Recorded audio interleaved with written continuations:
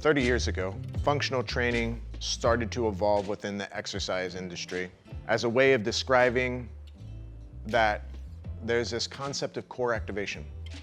We need to connect the core to the physical movements that we're performing. And a whole offshoot of exercise science evolved, looking at core activation. Functional training was defined by core activation. As we continued the evolution of the industry, we found that, okay, functional training now needs to connect limbs and ranges of motion to that core activation. How do I address the changes in range of motion while maintaining proper core activation, whatever that meant?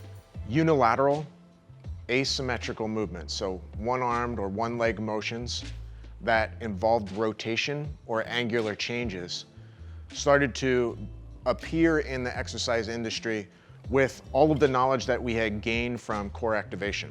How do you keep the core connected to these individual limbs? Whereas exercise 30 years ago was primarily two-armed, two-legged, very short, very predictable ranges of motion in 3 planes.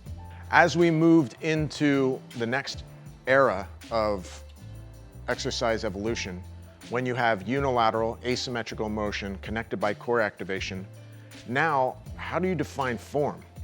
How do you define proper technique when the exercise selection had become so vast and so complicated that we needed some kind of unifying language, some kind of lexicon to describe exercise? And that's where certain terms started to evolve, certain concepts like 6 degrees of freedom. How do we understand what movements the human ought to do, not what the human can do? And that's where the concept of precision evolved. How do I move this with tactical precision to allow me to have 100% adaptation? That wasn't the vogue at the time. Functional fitness was defined by whatever you can do. If you can perform this stunt or trick, you are more functional. And the absurd started to occur, like happens whenever a pendulum swings, of doing a one-legged squat on a stability ball while pressing a kettlebell overhead and playing a didgeridoo. I'm not joking. The absurdity happens whenever the pendulum swings to its opposite pole. We needed some type of precision. What is the minimum effective dose of this exercise complexity that allows us to have 100% adaptation? How precise could we be? Let's bring a scalpel, not a pickaxe, and decide how to move with tactical precision.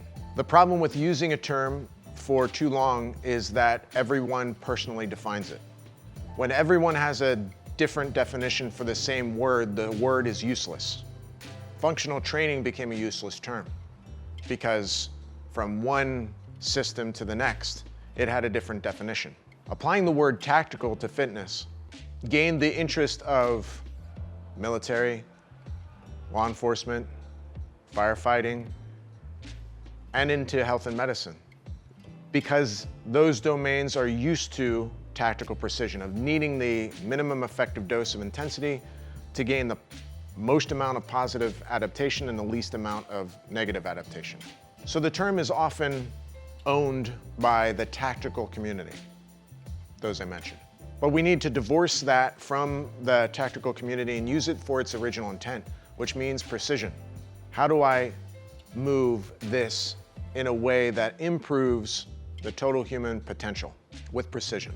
Tactical versus functional fitness has had a long evolution, and it's important for when we arrive at the loss of use of a word to use a new term that allows us to create a new space in our brain for applying these exercise concepts in a new, evolved manner.